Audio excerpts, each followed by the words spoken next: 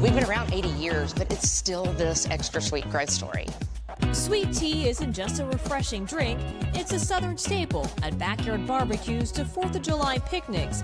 And Milo's Tea Company has been pouring heart, soul, and just the right amount of sweetness into every bottle since 1946. Today, we're a tea and lemonade company, but it didn't start that way. There actually was a guy named Milo, and he was my granddad.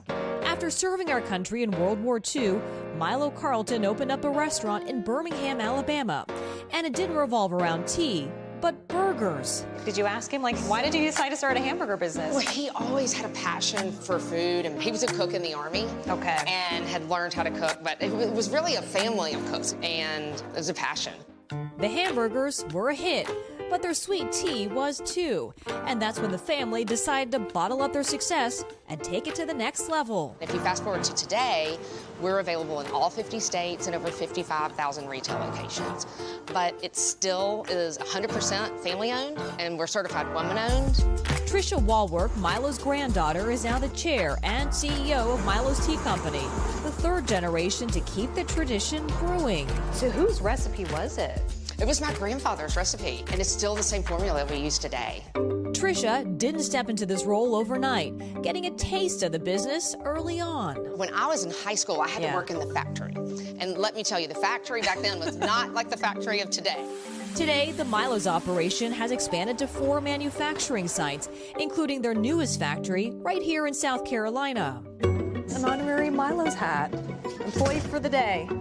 Oh, it fits. How do I look? You look fabulous. All right. Yeah. So how many bottles come through here every day? In our entire factory system, we're making 1,900 a minute. A minute? A minute. Wow. The tea is brewed behind closed doors. Exactly how is a trade secret. Gallons upon gallons of liquid goodness flow through these pipes, and from there, they're quickly poured, sealed, packaged, and chilled. This is the freshest it will ever be. The entire process happening under the careful watch of employees. On the last line of defense before the product goes to the customer. Brandy Hunter, who's in charge of food safety, taste tests at least once every hour. You have the fun job here. Yes, we have something called a sensory analysis of our products. We typically take a sniff, and that's our aroma test. Put some on our palate. That's good. Yeah, I'm glad you like it. When I started as the CEO, it was 2012, and we had like 40 employees. We're going to end this year with over 1,000. I always say our #1 ingredient for success is our people. What would Milo think about how the company's doing today and that you're at the helm? I think my grandparents would be so proud of the wonderful jobs we've been able to create and the many lives that we've been able to touch through our business and through our flavors and our brands. It's a brand steeped in tradition, passed along from one generation to the next. Carlton Wallwork, Milo's great-grandson, has been around the business his entire life, and he hopes to keep the legacy alive. I think it'd be the greatest honor. My great-grandfather did, my grandfather did, and my mom did, and so I'd love to be a part of this company. And nearly 8 decades later, Milo's is still serving up a taste of the South, one sip at a time.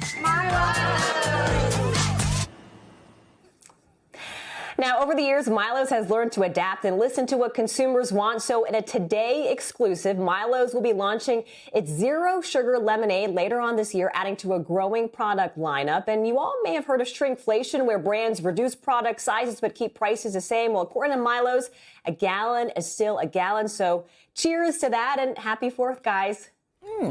Thank you, Kathy. This is like just tastes like summer in a glass. Yes. It's amazing.